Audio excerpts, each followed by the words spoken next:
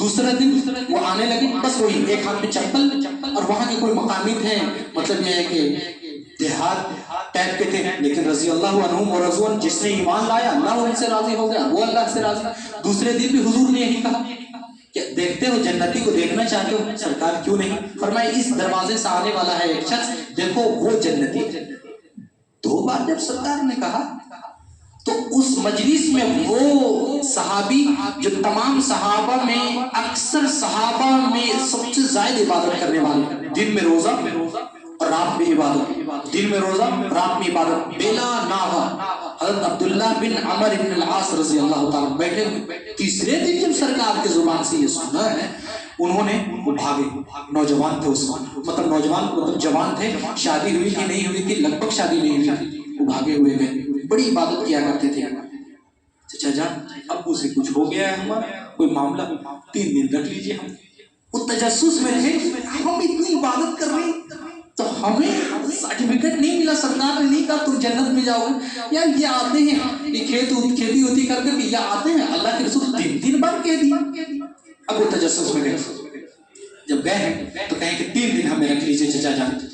جب وہ گئے ہیں حضرت عبداللہ بن عمر بن العاص رضی اللہ تعالیٰ عنہ کے پاس، تو کہنے لگے کہ چچا جان ہمیں رکھ لیجئے۔ ایک دن گزاری کہ رات میں سوئی، دیکھتے رہتے تھے کہ یاری رات بھر تو سجدے میں شاید گزار دیتے ہوں۔ دیکھا کہ تھوڑی دیر وضو کیا، وضو کر کے یہ چچا جان بیٹھے ہیں، بیٹھنے کے بعد سوئے ہیں، پورا کمرہ گھراٹے سے گونج رہا۔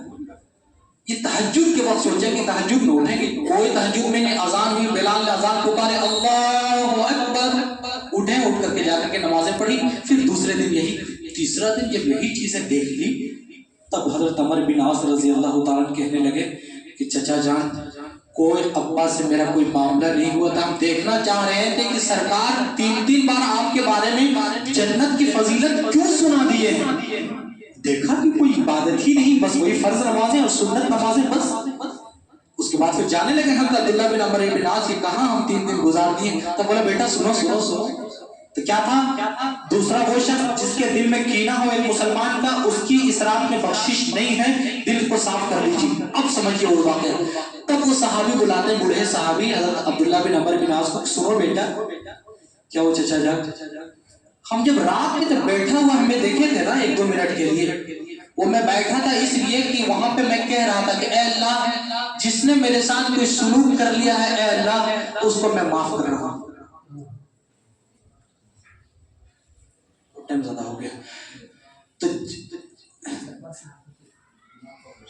وہاں پر فرمایا بیٹا سنو کہ جب میں بیٹھتا ہوں رات میں کہتا ہوں کہ اے اللہ جس نے میرے ساتھ جو سلوک کیا ہے یا جو بھی ہوا ہے، اے اللہ تمام کو میں معاف کر کے اپنے ذہن کو خالی کر کے اے اللہ میں سو رہا ہوں، کسی کے بارے میں دل میں کوئی کینہ نہیں، ذہن میں کوئی کپٹ نہیں، بالکل اپنے دل اور دماغ کو دوسرے انسانوں دوسرے مسلمان کی طرف سے صاف کر کے سوتے تھے، جس کی وجہ سے ان کے دل میں نہ کینہ، ان کے دماغ میں نہ کوئی بات ادھر ادھر کے لیے۔ تب اللہ کے رسول نے کہہ دیا کہ دیکھو جنتی آ رہا ہے، کینہ سے اپنے دل کو صاف کر لیجئے، جنت میں سرٹیفکیٹ اللہ کے رسول دے دیں گے انشاءاللہ، کریں گے انشاءاللہ۔